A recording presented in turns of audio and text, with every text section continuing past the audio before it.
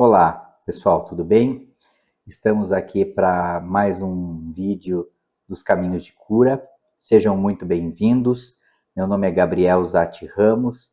Estou aqui como anfitrião de vocês para nós encontrarmos os nossos caminhos, para nós encontrarmos os nossos processos, para nós encontrarmos as nossas ideias que vão ajudar o nosso dia a dia, as nossas lutas, a melhor forma de a gente enfrentar nossos problemas, né? Hoje eu estou trazendo para vocês, como primeiro vídeo do nosso canal, uma coisa muito importante. Nós, médicos, dentistas, enfermeiros, psicólogos, farmacêuticos, cuidadores, né? Médiuns, dirigentes, passistas, todos aqueles que cuidam das pessoas, todos aqueles que se doam para cuidar das pessoas, eles esquecem de uma coisa muito importante. Em primeiro lugar, nós temos que pensar na nossa saúde, e na nossa saúde mental, e nas nossas proteções individuais antes de a gente começar um processo de cura de alguém. Então, esse primeiro vídeo, ele se intitula Quem vai cuidar do cuidador? Quem cuida de quem cuida? Quem protege quem cuida?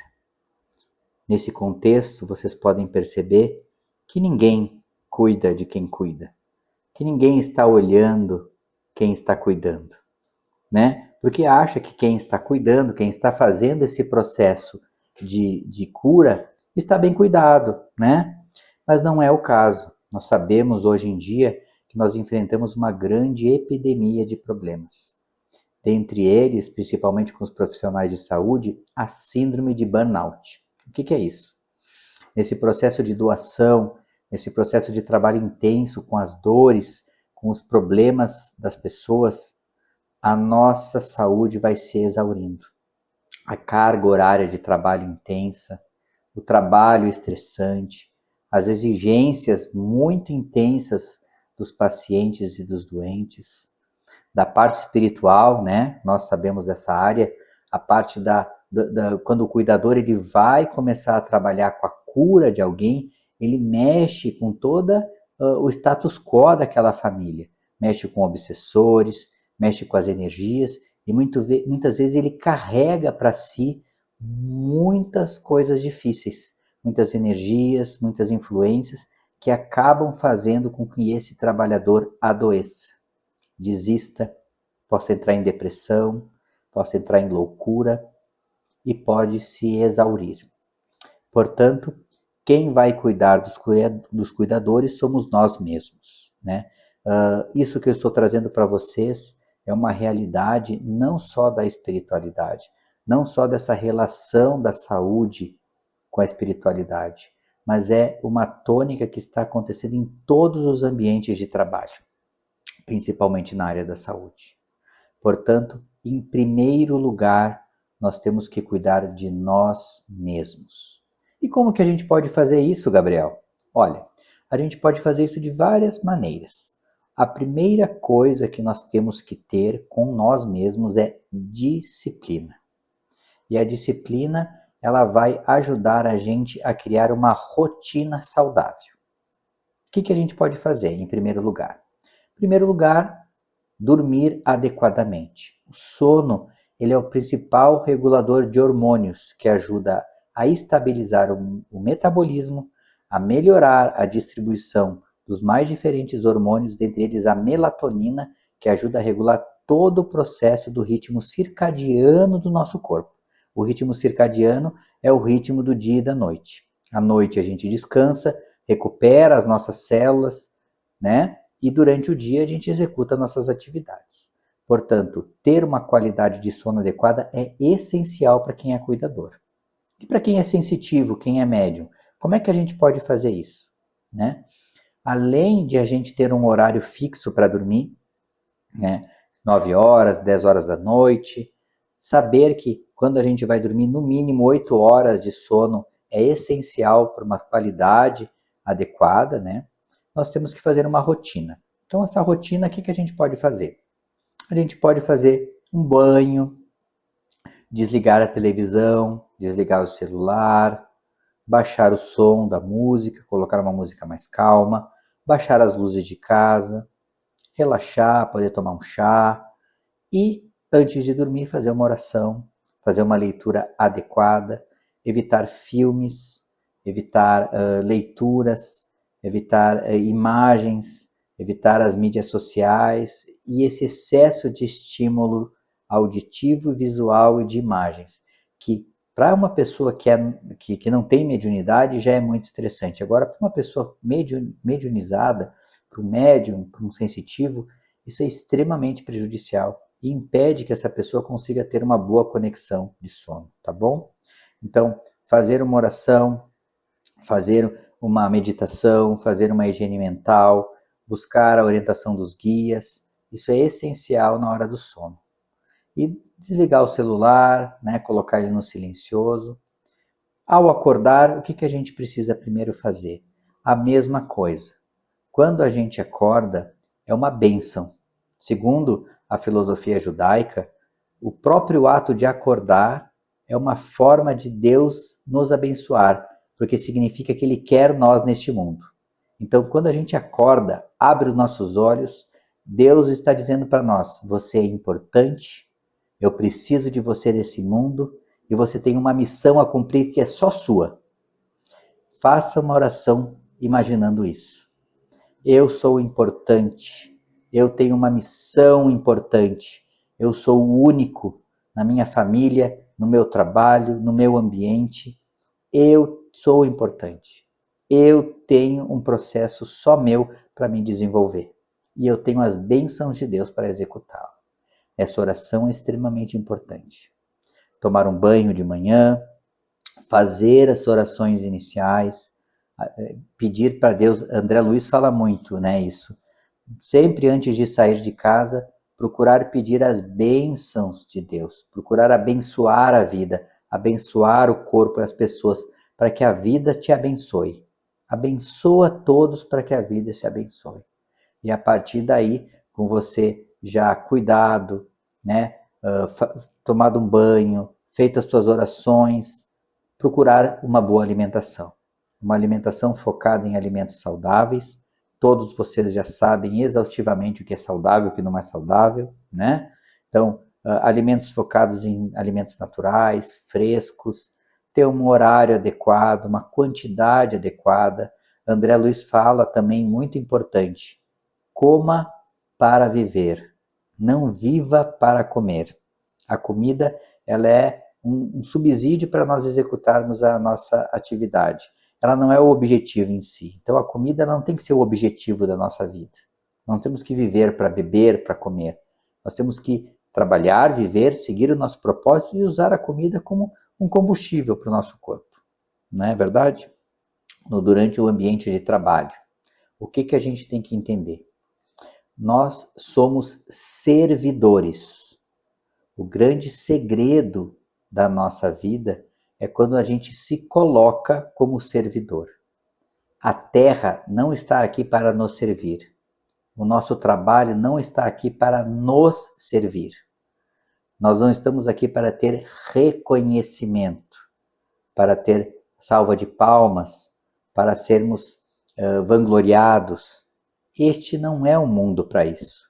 E se vocês buscarem nos patrões de vocês, nos chefes, na sociedade, nos clientes, o apoio para vocês sobreviverem e terem a satisfação, vocês não vão encontrar.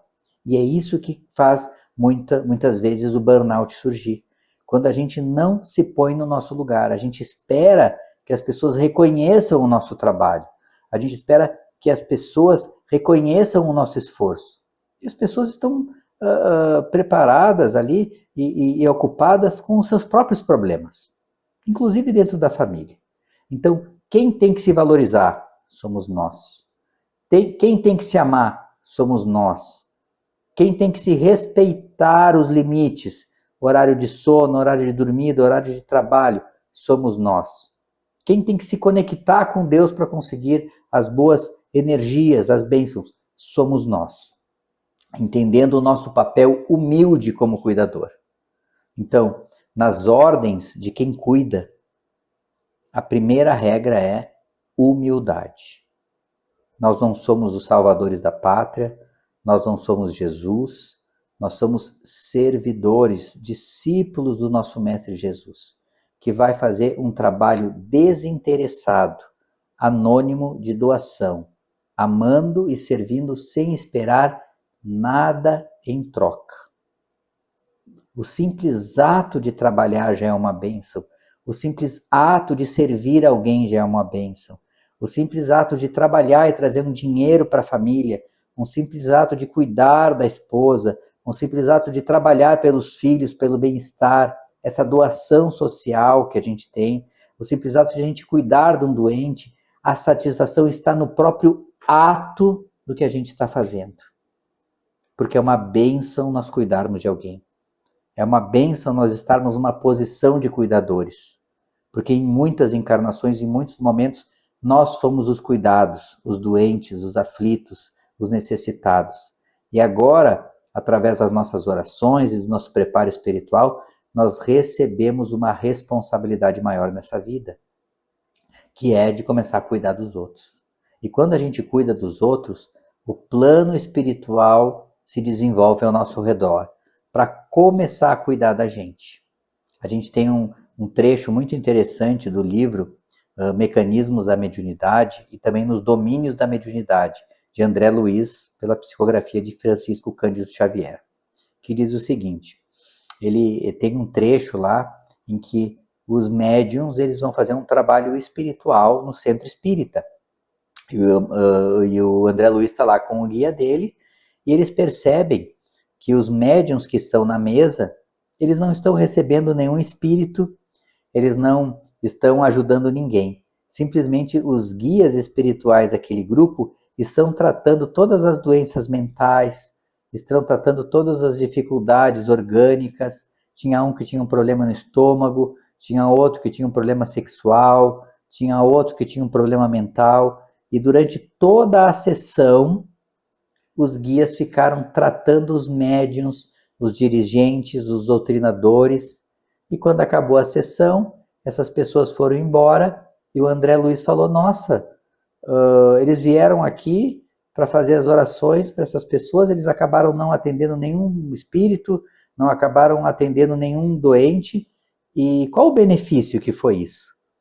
E daí o dirigente espiritual falou, nossa, essa sessão aqui foi extremamente proveitosa, porque essas pessoas, enquanto elas estavam aqui buscando cuidar de alguém, buscando fazer esse movimento de auxílio ao próximo, elas se abriram para receber os méritos da cura individual. Então, o plano espiritual foi cuidar da saúde desses cuidadores, não é verdade? É óbvio que muitas vezes a gente se suja muito, a gente se contamina muito e dá muito trabalho para os nossos guias. Por isso que, quando a gente se cuida, quando a gente eleva o nosso pensamento, quando a gente cuida do nosso corpo adequadamente, a gente vai permitir que os nossos guias e o nosso trabalho espiritual seja facilitado enormemente. Além de nós, ao entendermos o nosso lugar humilde de servidores, a gente possa ganhar força nessa posição. Porque quando a gente está numa posição de salvador da pátria, de santo encarnado, aquela pessoa que quer resolver os problemas dos outros, a gente se emaranha com o problema do paciente. A gente se emaranha com o problema do doente, da pessoa necessitada que procura tanto um médico, quanto um cuidador ou um centro espírita. Nós temos que saber o nosso papel. Nosso papel é o papel de servir. Nós vamos dar um passe, nós vamos dar uma palestra, nós vamos dar uma palavra fraterna, mas nada além disso. Nós não temos o direito de resolver o problema do outro, porque o problema do outro é do outro.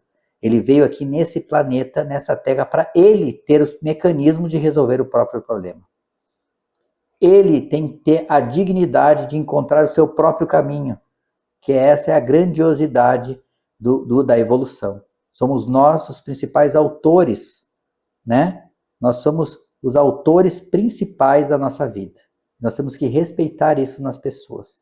Respeitando isso, nós vamos dar força e dignidade para elas. E também vamos encontrar nesse espaço o nosso espaço de força. Além disso, saber os nossos limites. Se a gente consegue cuidar de um doente por dia, ótimo. Se a gente naquele dia não está bem, vamos cuidar de nós. Se nós tivermos força para cuidar de mais de um, de dois, de três, maravilha. Mas sempre nos respeitando, tendo períodos de descanso e principalmente ao longo do dia, orações. Quem é sensitivo sabe que ao longo do dia, dependendo do contato com certas pessoas, pensamentos e sentimentos vêm extremamente confusos e caóticos para nos confundir. Tem pessoas que drenam a nossa energia e a gente tem que ter, durante o dia, vários momentos onde a gente tem que se refazer. E o principal mecanismo é a oração. A gente se recolher, se centrar, orar, pedir a proteção dos guias, descansar, revisar, entender os nossos limites, saber se algum doente, algum paciente nós estamos passando do limite, ou se a gente tem também competência ou não de resolver aquilo. Porque muitas vezes a gente pode encaminhar para outras pessoas, para outros locais, pedir ajuda, pedir apoio. Porque um grande vício de quem é cuidador é achar que a gente tem que resolver os próprios problemas sozinhos. E o problema dos outros também. Mas nosso mundo foi feito e desenvolvido para trabalharmos em equipe. Nós somos seres sociais que precisam de ajuda, precisam de apoio. E os cuidadores precisam de apoio e de ajuda.